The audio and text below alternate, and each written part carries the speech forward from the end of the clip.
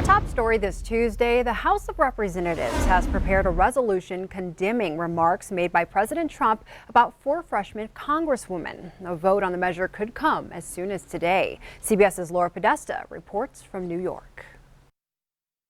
President Trump has doubled down on his criticism of a group of first-term congressional Democrats known as the Squad. All 4 are women of color and outspoken critics of the White House. If you hate our country, if you're not happy here, you can leave. And that's what I say all the time.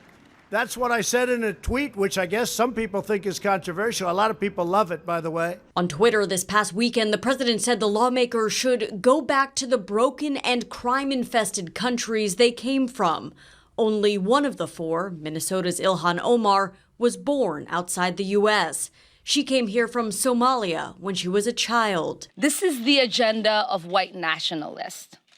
Whether it is happening in chat rooms or it's happening on national TV, and now it's reached the White House garden. On Monday, the women responded to the president's attacks. He does not know how to defend his policies. So what he does is attack us personally. Nearly all Democrats weighed in on the president's remarks, but few Republicans did. The tweets are racist and xenophobic, period, in the story, and they're also not accurate. Come on, of course the president's not racist, but he's frustrated like so many Americans are. Senate Minority Leader Chuck Schumer called on GOP leaders to stand up to the president. Laura Podesta, CBS News. Montana U.S. Senator Steve Daines reacted, tweeting, "Montanans are sick and tired of listening to anti-American, anti-Semite radical Democrats trash our country and our ideals. This is America. We're the greatest country in the world. I stand with President Donald Trump." Montana's Democratic Senator Jon Tester also responding in a tweet saying, "We should be able to disagree on policy and politics without devolving into divisive, hateful rhetoric." President Trump's comments were reprehensible and far beneath the office of the presidency. And 50 years ago today, Apollo 11 launched on a historic mission to put the first humans on the moon. 4 days later, Neil Armstrong and Buzz Aldrin successfully landed, planting the American flag on the lunar surface and thrilling the world watching the achievement on television. Stay with us in the next half hour. We'll hear from CBS reporter Chris Martinez live at the Kennedy Space Center in Florida with a look back at the groundbreaking space flight. Now closer to home, a Whitefish, Montana woman targeted in a troll storm is awarded $14 million. That order came down Monday from a federal magistrate as he ordered the publisher of a major neo-Nazi website to fork over the dollars in damages for threats made on the Daily Stormer website page 2 years ago. Tanya Gersh filed the federal lawsuit in April 2017, claiming Andrew Anglin had used his site to launch a troll storm against her. The online offensive came after the Whitefish community became embroiled in a debate over the white supremacist movement. Gersh said her family had received more than 700 threats from Anglin and his followers, and the threats have continued ever since. Last week, Gersh's attorneys pressed for a default judgment in the case after Anglin refused to respond to the court's orders. Federal Magistrate Judge Jeremiah Lynch said the $14 million is for Gersh's lost wages, damages, pain, and suffering, with $2 million of the award for future pain and suffering. In June, another federal judge ordered Anglin to pay $4.1 million to a Muslim American radio host after Anglin accused him of terrorism. Tragic news out of Gallatin County as a member of the search and rescue team is killed in a rockfall climbing accident. As Travis Swanson and 2 other search and rescue members were climbing Mount Cowan on Sunday, he and fellow climber Will Hitchcock were swept down slope when a rock fell. Park and Gallatin County crews were able to recover Swanson and rescue Hitchcock, who is listed in fair condition at St. Vincent Healthcare here in Billings. It wasn't their fault. There's things that you have no control over. They did an outstanding job, Jackson especially. He pretty much saved Will's life, and which is amazing in the circumstances that was happening. But you can't be too careful, but you also have things that are out of your control. Swanson was with Gallatin County Search and Rescue for 12 years. A 15-year-old patient at Chaudere Children's Hospital has died after being hit by a vehicle on I-15 in Helena. It happened about a half-mile south of Capitol Interchange on I-15 just before 2:30 Monday afternoon. Lewis and Clark County Sheriff Coroner Leo Dutton says the victim was 15-year-old Kayla Neal from Missoula.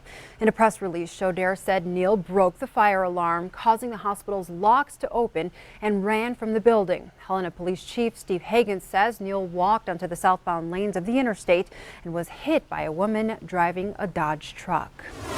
Montana Governor Steve Bullock now faces an ethics complaint. The state Republican Party filed the issue against Bullock over his use of Montana Highway Patrol officers for security as he campaigns for president. But as MTN's Mike Dennison reports, the governor had already taken steps to head off the criticism and controversy.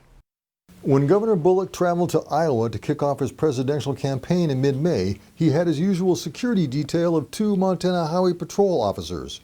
We reported then that the state Justice Department pays the bill for Bullock's security, whether he's campaigning or not. Within the next 2 weeks, a Republican Political Action Committee and the state GOP criticized the Democratic governor for campaigning on the public dime.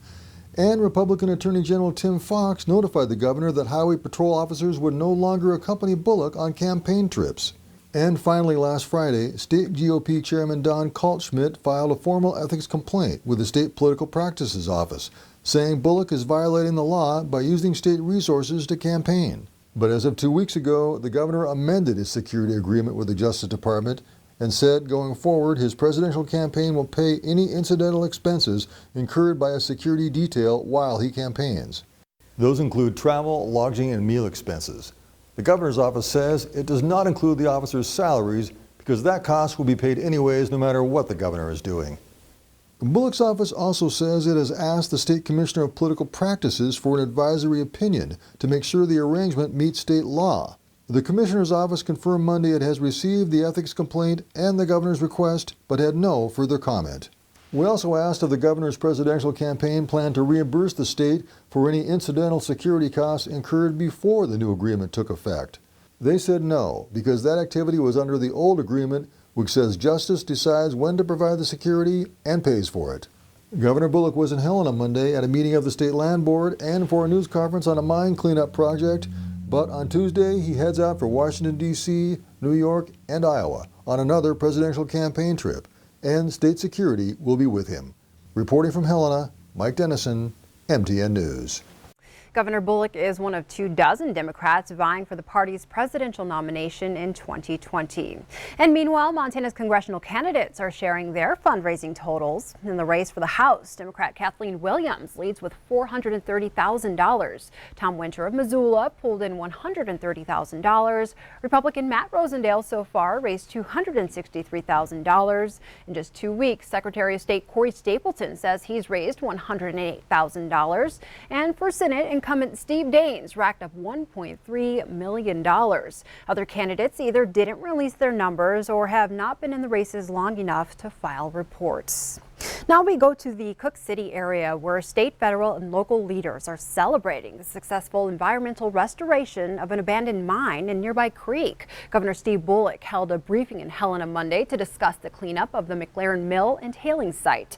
Metal contamination from the site had leached into Soda Butte Creek. For years, it was considered the most polluted stream entering the Yellowstone National Park area. Between 2010 and 2014, Montana DEQ's Abandoned Mine Lands program restored the site, removing tons of tailings, treating millions of gallons of water, and restoring the stream bed. Leaders say testing since then has shown a dramatic improvement in water quality. Now the creek is set to be removed from a list of impaired waters. Without the help from our partners, the Forest Service, National Park Service, Fish, Wildlife and Parks, and DNRC, this project was just too big for one agency to take on itself. So that the work together that everybody did was just really critical to make this successful. On Thursday, the Beartooth Alliance, Montana DEQ, and the National Park Service will hold a celebration of the Soda Butte cleanup in Cook City. Well, before we take a break, folks traveling to Red Lodge for the annual Beartooth Rally this weekend should know about some road construction that could impact their ride.